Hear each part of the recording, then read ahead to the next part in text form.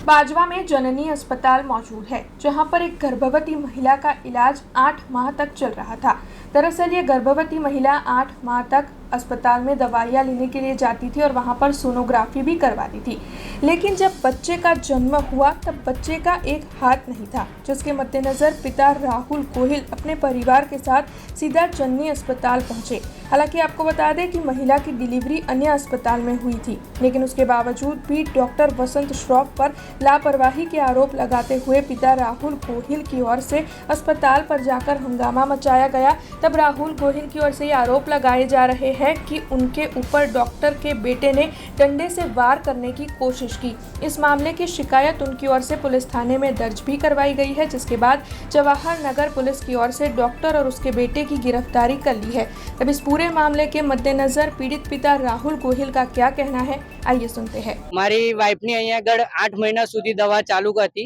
8 મહિના સુધી ડોક્ટર વસંત શ્રોફે દવા ચાલુ રાખી। પછી મારી વાઇફની ડિલિવરી મેં આંકલાવ કરી। 8 મહિના દરમિયાન મારી અહીંયા આગળ જે દવાઓ ચાલી એમાં સોનોગ્રાફી કરેલી, મોટી સોનોગ્રાફી ખોડકાપણની, જ્યારે જે બધું વસ્તુ તે ડોક્ટરે કરી। અત્યારે મારો બાળક જન્મ થયો ત્યારે મારા બાળકને હાથનું એક કાંડું નથી, ત્યારે ડોક્ટર સોનોગ્રાફીની અંદર એવું કશું કીધું નથી અને અમને કોઈ જાણ નથી કરી। અત્યારે પૂછવા આવ્યા છે તો એમનો છોકરો અમને મારવા માટે લાકડી લઈને આવ્યો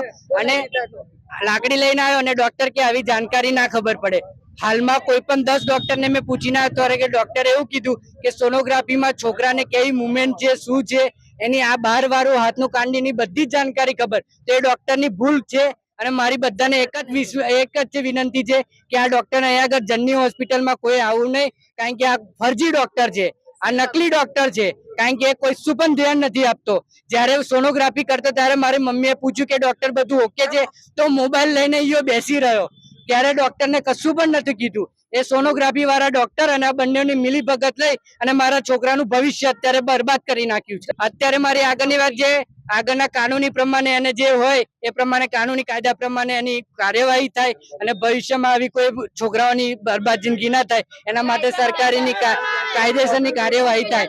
એની મારી એક રિક્વેસ્ટ સરકારને પણ એ છે કે એ ડોક્ટરની અંદર જે ડિગ્રી છે એ સાચા ડોક્ટરની ડિગ્રી છે, એના एक्सपीरियंस प्रमाणे છે, એ પણ चेक करवा विनंती। हमसे जुड़े रहने के लिए हमारे YouTube चैनल को सब्सक्राइब करें और नई वीडियो की नोटिफिकेशन के लिए बेल आइकॉन को दबाएं।